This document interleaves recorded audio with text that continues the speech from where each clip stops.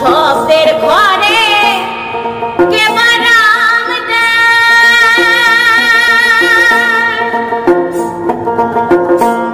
নিঃশব্দে কে আছে সদাই শব্দের ঘরে কে বারাম নিঃশব্দে কে আছে সদা যেদিন হবে মহাপ্রলয় যেদিন হবে মহাপ্রলয় কে কারে করবে